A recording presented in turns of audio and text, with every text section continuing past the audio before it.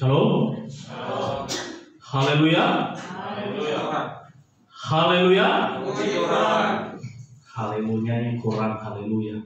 Jadi kalau biasanya dulu waktu sebenarnya dulu ya, saya cerita dulu Bapak Ibu. Kalau dulu masih saya di kampung, haleluya itu anti sekali bagi saya.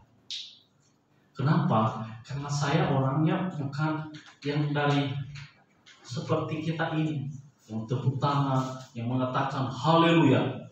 Tidak, itu paling anti bagi saya waktu itu. Tapi oleh karena kasih Tuhan, pada saat ini saya kembali mengatakan di hadapan Tuhan, haleluya itu bukan tidak baik, tapi haleluya itu sangat baik perkataan itu. Maka sebab itu kembali saya sapa kita, untuk saudara-saudara jangan malu mengatakan haleluya, karena haleluya itu semua baik dan itu kemuliaan bagi Allah. Haleluya. Terima kasih. Saudaraku yang kekasih dalam nama Yesus Kristus, kita boleh bersyukur kembali bahwa boleh kita bersama-sama di tempat ini karena anugerah Tuhan. Saudaraku, di bulan Desember ini adalah bulannya yang senantiasa kita terus merenung dan masuk dalam pemberitaan firman Tuhan tentang Yesus Kristus yang lahir. Mari saya mengajak kita membuka Alkitab kita, Lukas 2. Ini sering kali dan bukan lagi tidak sering kali kita sudah hafal akan Lukas 2 ayatnya yang ke-1 pertama sampai yang ke-6. Saya ulang kembali, Lukas 2 pasalnya yang Lukas 2 ayat 1 sampai ke-6. Saya akan membacakan kepada kita saudara. Mari dengarkan. Kelahiran Yesus. Pada waktu itu Kaisar Agustus mengeluarkan suatu perintah menyuruh mendaftarkan semua orang di seluruh dunia. Inilah pendaftaran yang pertama kali diadakan sewaktu Quirinius menjadi wali negeri di Syria. Maka pergilah semua orang mendaftarkan diri masing-masing di kotanya sendiri.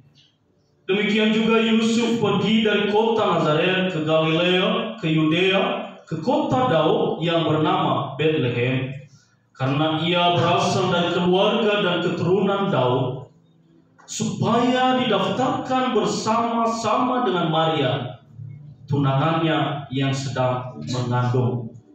Ketika mereka di situ, tibalah waktunya bagi Maria untuk bersalin, dan ia melahirkan seorang anak laki-laki, anaknya yang sulung, lalu dibungkusnya dengan lampin dan dibaringkannya di dalam palungan, karena tidak ada tempat bagi mereka di rumah penginapan. Ini adalah kelahiran Yesus, dan ini seringkali kita mendengar di mana kita dalam satu gereja, kalaupun kita mengadakan Natal, ini dibacakan akan kelahiran Yesus. Lalu ketika saya terus membaca firman ini, sebelum saya tahu bahwa biasa-biasa saja menurut saya, Yesus lahir. Bahkan anak-anak TK hingga SD ini akan dibacakan ini berganti-gantian tentang kelahiran Yesus. Lalu apa maknanya dalam hidup saya, saudara? Ketika kita melihat bahwa Kaisar Agustus mengeluarkan suatu perintah untuk mendaftarkan. Apa maksudnya Kaisar pada saat itu? Mendaftarkan seluruh orang-orang. Kita melihat sebelum kita masuk dalam firman ini, saya mengajak kita saudara, kalau kita melihat penulisan yang ketika lahir Yesus Kristus, bahwa dikatakan di situ adalah 5 abad, 500 tahun lamanya tidak tertulis dan tidak ada yang menyampaikan akan firman Tuhan bagi umat manusia pada saat itu. Oleh sebab itu kita mengatakan bahwa itu adalah sesuatu kekosongan yang ada dalam hidup. manusia saat itu. Sehingga ini adalah seorang kaisar, raja pada waktu itu, dia mengeluarkan akan hal ini dengan tujuannya apa, saudara? Tujuannya adalah menegakkan dan mempertahankan kedudukannya sebagai raja. Kedua, ialah kesombongan untuk menyampaikan seluruh dunia bahwa ini loh yang saya lakukan. Saudara, kalau kita pikir pada saat itu manusia terlalu banyak memikirkan tentang kehidupan dunia. Karena kekosongan, maka diisilah hidup oleh karena kekosongan. Apa aja yang diisi adalah kedudukan, harta duniawi, dan harta-harta lain tentang dunia diisi penuh dengan kekosongan. Sehingga pada waktu itu, saudara, mereka lagi tidak mengenal kasih sayang akan kasih yang seperti yang dikatakan Yesus. Mereka sudah kosong, hidup mereka adalah hampa. Ketika dilahirkan sang Raja Mesias, maka mereka tidak tahu apa-apa untuk berbuat. Kita tahu ketika dilahirkan di rumah penginapan, mereka menginap karena mereka hijrah dari kota. Mereka kembali ke kota mereka, dan mereka tidak ada tempat waktu itu hingga mereka menginap di suatu penginapan. Lalu karena mereka dalam keadaan mau melahirkan, di situ di tempat itu sebenarnya di penginapan tidak bisa dilahirkan atau melahirkan seseorang di penginapan itu. Kita berpikir bahwa kalau di hotel-hotel itu mungkin tidak bisa, saudara, tidak bisa melahirkan di situ. Lalu mereka, Yusuf dan Maria, mencari tempat melahirkan, atau katakanlah sekarang ini cari bidan. Mencari bidan kemana untuk melahirkan seorang sang yang lahir ini. Tapi kemana mereka berkeliling tidak mendapatkan. Mereka mencari dan mencari, tidak ketemu tempat untuk bersalin. Sungguh kasihan kalau kita saat ini dalam keadaan memikirkan kalau orang dalam keadaan susah dan mendapatkan pertolongan, apa yang perlu kita harus buat. Tapi mereka pada saat itu tidak ada yang membantu sama sekali, sehingga mereka mencari tempat dan tidak ketemu. Lalu lahirlah Yesus di kandang domba itu. Sesuatu hal yang kita pikirkan, kenapa Yesus? Ada orang-orang yang tidak percaya bahwa Yesus lahir di kandang domba. Mereka berkata, dia lahir adalah dalam rumah dan penginapan. Kalau seandainya penginapan, apakah ada palungan di situ? Tidak. Itu menandakan bahwa dia lahir di kandang domba. Saudara, kita masuk dalam palungan, dia lahir begitu hinanya di tempat kandang domba. Betapa hinanya seorang yang lahir yang sebenarnya adalah seorang raja, tapi lahir di kandang domba dan langsung diletakkan di atas palungan. Palungan itu adalah tempat makanan ternak. Kalau dulu namanya di Nias adalah luha. Luha itu tempat makanan babi. Lalu ditaruh di atas, diletakkannya.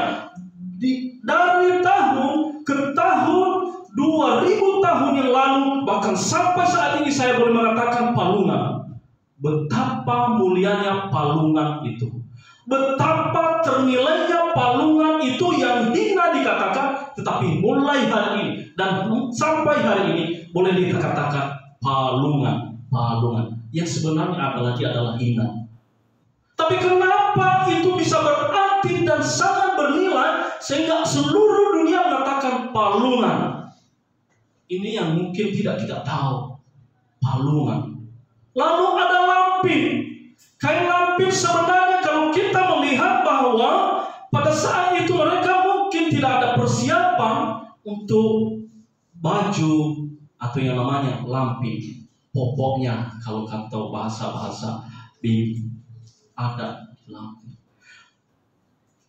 Diartikan di sini adalah lampin, Bapak Ibu Saudara, adalah dipakai dengan apa adanya waktu itu. Kalau bisa kita katakan lampin itu adalah telah menjadi kotor, atau ada virus berkontak dengan virus. Lalu karena keadaan yang begitu diperlukan, maka lampin itu mungkin dipakai saja untuk bayi yang lain. Yang paling penting di sini adalah palungan. Sampai hari ini begitu tenar dan terpopuler palungan. Harusnya itu adalah tempat makanan ternak, tetapi di setiap Natal dan setiap Desember, orang-orang yang percaya mereka senantiasa mengatakan palungan. Lucu dan teramat lucu. Bagi kita tidak kita berpikir kenapa bisa. Saudaraku yang kekasih, Allah telah menubuatkan akan hal ini yang sesungguhnya. Inilah Yesus yang telah menentang kehidupan manusia yang dicari-cari ketika mereka mengisi hidup mereka tentang kehidupan duniawi dan yang begitu berharga menurut mereka. Manusia pada saat itu mencari sesuatu sama seperti kaisar, melakukan hal-hal supaya kekuatan dan kedudukan politiknya tetap dia berdiri teguh. Karena mungkin dia berpikir bahwa ada raja yang baru. Yesus mengatakan tidak, inilah yang sesungguhnya. Banyak orang yang mencari dan bergumul, mencari kehidupan supaya hidupnya berarti dan berguna, bermakna. Mencari segala sesuatu dengan sekuat tenaga, mencari apapun diperbuat untuk membuat hidupnya berarti dan berharga. Namun terkadang tidak ketemu. Ada apa? Karena kekosongan diisi terus, tapi mereka tidak tahu jalan kemana mereka akan berjalan. Bukankah dunia juga berkata bahwa ya Tuhan tunjukkan jalan bagi kami? Manusia pada saat itu tidak tahu jalan dan arah kemana karena kekosongan hidup mereka. Mereka merasa bahwa ketika memiliki segala sesuatu, mereka berbahagia. Mereka mendapatkan suatu kehendak yang luar biasa dan puas. Namun tidak ketemu. Lalu apa yang membuat itu berarti? Palungan yang menjadi contoh, yang hina menjadi mulia. Kenapa? Karena Yesus dibaringkan di atas palungan itu. Saudara, kalau kita hari-hari ini capek mencari segala sesuatu dan kita tidak ketemukan nilai yang baik, maka percayalah ketika hati saudara memiliki hati saudara seperti palungan dan mau bahwa Yesus itu diletakkan di hati saudara dan saya, maka percaya kita adalah hidup dalam nilai dan berharga. Banyak orang yang mencari harga. Banyak orang mencari segala sesuatu sehingga bergumul mereka dan bahkan jatuh ke dalam dosa. Karena kenapa? Mereka mencari makna hidup yang sesungguhnya namun tidak ketemu. Inilah yang dinyatakan Yesus, bagaimanapun hinanya dikatakan oleh manusia, tetapi ketika Yesus ada maka akan bernilai dan sungguh bermakna.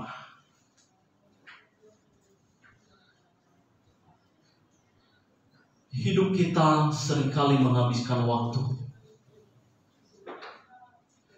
Tidak tahu jalan mana dan arah kemana kita akan pergi. Kita seringkali mengisi hidup kita tentang dunia ini. Sehingga terkadang kita berlumuran dosa, jatuh ke dalam dosa. Karena untuk mencukupkan dan bahkan untuk mendapatkan kepuasan diri itu. Karena kita tidak tahu arah kita kemana. Pada saat ini saudara, ketika saudara mau akan itu, membuka hati saudara, sama seperti palungan, untuk menerima Yesus, menaruh Yesus dalam hati saudara, maka percaya hidup saudara mulai saat ini dan akan selamanya, sama seperti palungan yang berharga itu. Kadang-kadang kita berpikir, aku terlalu banyak dosa. Aku tidak akan bisa ketemu dengan Yesus karena aku terlalu banyak dosa dan hidupku adalah kotor. Kita hidup dalam dosa, kita hidup dalam kesalahan yang begitu banyak, sehingga kita bisa mengatakan, oh aku tidak pantas lagi menerima Yesus. Bahkan aku tidak pantas lagi aku datang ke gereja hari ini. Aku tidak pantas memeriahkan dan ikut Natal. Karena kenapa? Aku telah berdosa. Tidak layak aku menerima Yesus. Dan bahkan Yesus tidak mau. Yesus berkata, aku telah memilih, aku yang memilih engkau, bukan kamu yang memilih aku. Yesus yang memilih kita, bukan kita yang memilih Yesus. Asalkan saudara membuka hati menerima Yesus itu sebagai Tuhan dan Juru Selamat saudara, maka percaya Yesus akan mau tinggal di dalam hati saudara untuk membuat saudara berharga dan bernilai. Inilah yang sering kita tahu, yang kita cari. Manusia mencari dan mencari tidak ketemu. Lalu dia berdoa, Tuhan tunjukkan jalan bagi saya. Itu. Dan ada ini hari ini telah menyatakan bahwa hari ini lahir bagimu Juru Selamat, tapi kita tidak mau menerima. Ada banyak itu. Karena kenapa saudara? Kita terlalu mencintai dunia kita. Kita tidak mengosongkan hati kita dengan keadaan dan apapun yang kita inginkan dalam hidup dunia ini. Yang mungkin kita sudah mendapatkan adalah sesuatu yang indah bagi kita. Kepuasan diri kita tidak bisa melepaskan itu. Sehingga Yesus tidak bisa tinggal di dalamnya karena berisi tentang kehidupan dunia. Berisi dengan keinginan-keinginan kita. Coba lepaskan sedikit sama dengan palungan yang kosong, lalu diletakkan Yesus di dalamnya, maka percaya Yesus adalah yang mengubah hidup saudara. Yesuslah yang mengubah hidup kita. Kalau kita melihat, kalau kita bikin teh, saudara, ibu-ibu ini yang biasa bikin teh. Kalau membuat teh atau kopi, dilarutkan dalam suatu gelas atau wadah. Kalau tidak ada isinya, ya begitu saja. Diisi air putih, begitu saja. Tapi dikasih pewarna akan mengubah seluruh wadah itu menjadi warna itu. Ketika kita menaruh sesuatu dalam hati kita, maka itu akan mengubah hidup kita. Ketika Yesus ditaruh dalam hidup kita, maka Yesus akan mengubah hidup saya dan saudara. Jadi hati-hati apa yang ditaruh dalam hati kita, akan perbuatan kita akan begitu. Jadi taruhlah yang benar dan yang baik dalam hidup saudara. Apa itu baik yang baik? Dia adalah yang sang Juru Selamat. Dia adalah kebenaran itu. Kalau ditaruh kebenaran dalam hati, maka perbuatan juga total, otomatis akan baik. Jadi kalau dikasih dunia yang pikiran yang mungkin hal-hal lain, maka perkataan dan sifat juga akan bisa mengubah hidup. Jadi inilah yang terpenting adalah palungannya saudara. Manusia kosong, lalu diisi dengan hal-hal yang tidak baik, diisi dengan kehidupan duniawi, lalu kita dibuatkan hati hidup kita akan terbuat seperti dunia. Sama seperti palungan, lakukanlah itu. Terbuka bagi Tuhan dan biarkanlah diletakkan di atas. Tuhan tidak melihat betapa hidup kita adalah kotor. Karena Yesuslah yang mengubah segala sesuatu. Bagi manusia dia bilang katakan kotor, tetapi ketika Yesus ada di situ, maka itu akan menjadi mulia. Kita percaya bahwa GPI Harvest City ketika Yesus ada, maka percaya ada kemuliaan Allah ada.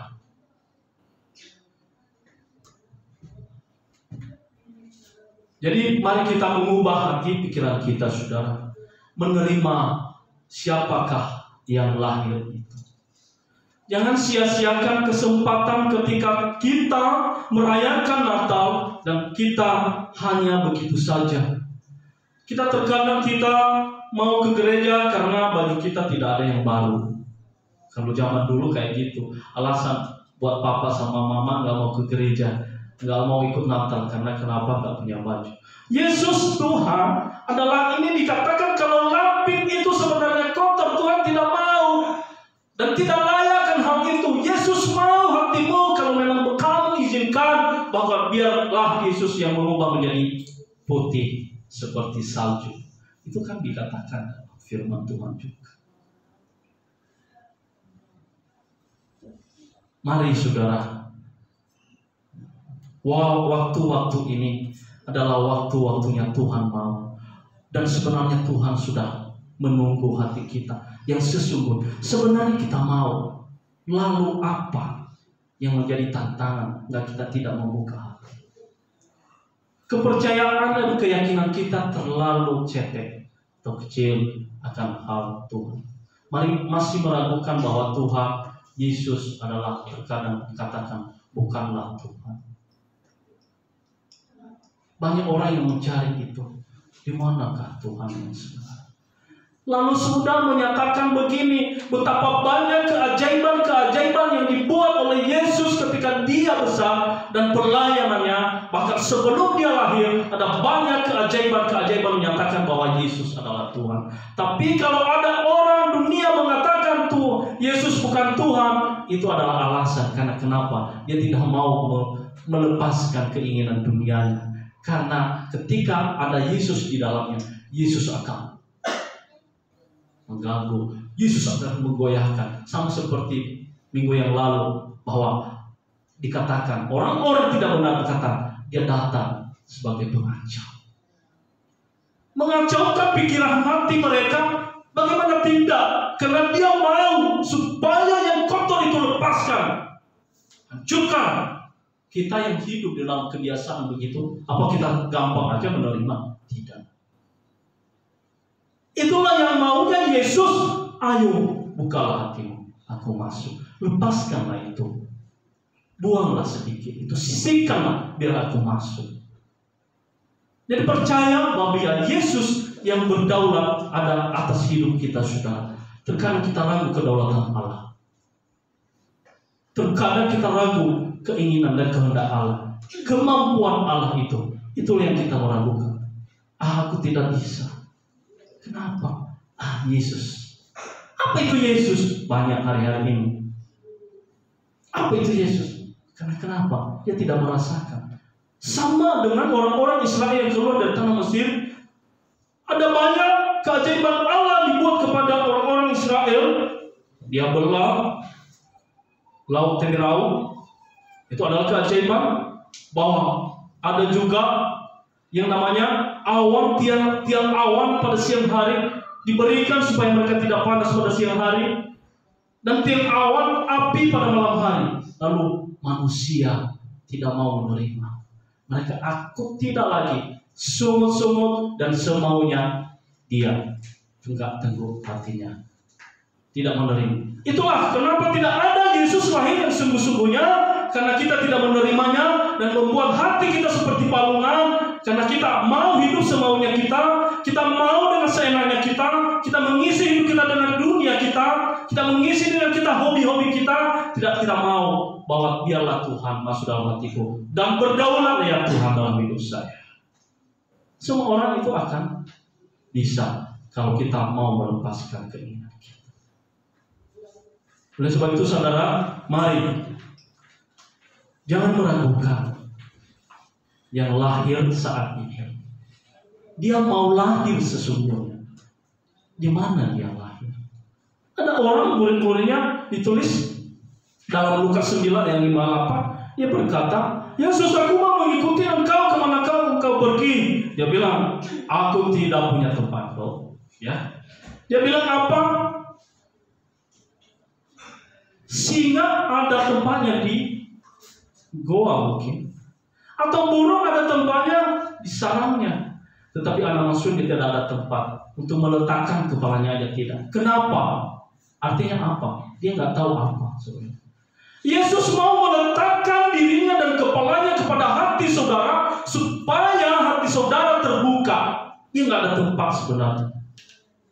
Tapi kalau saudara mau membuka hati, membuka pintu hati, melepaskan hidup yang duniawi, Yesus sangat suka dan senang hati. Dia mau masuk.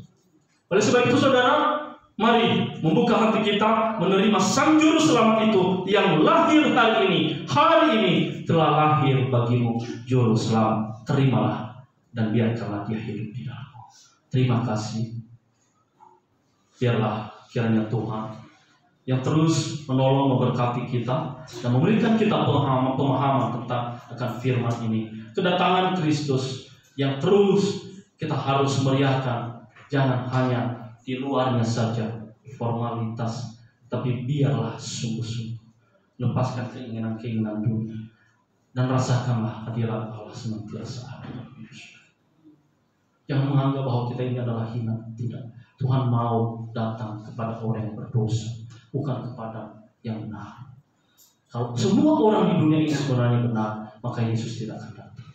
Tetapi karena orang mereka berdosa, Dia mau disucikan dan menjadi bagian Allah, dan Yesus adalah bagian. Mari saudara tetap tinggal di dalam Tuhan. Biarkanlah Yesus ada dalam hati kita. Saat ini Dia mau masuk dan menghampiri hati kita, saudara. Terima kasih. Mari kita berdoa. Allah Bapa kami yang di surga, Allah yang telah lahir bagi kami,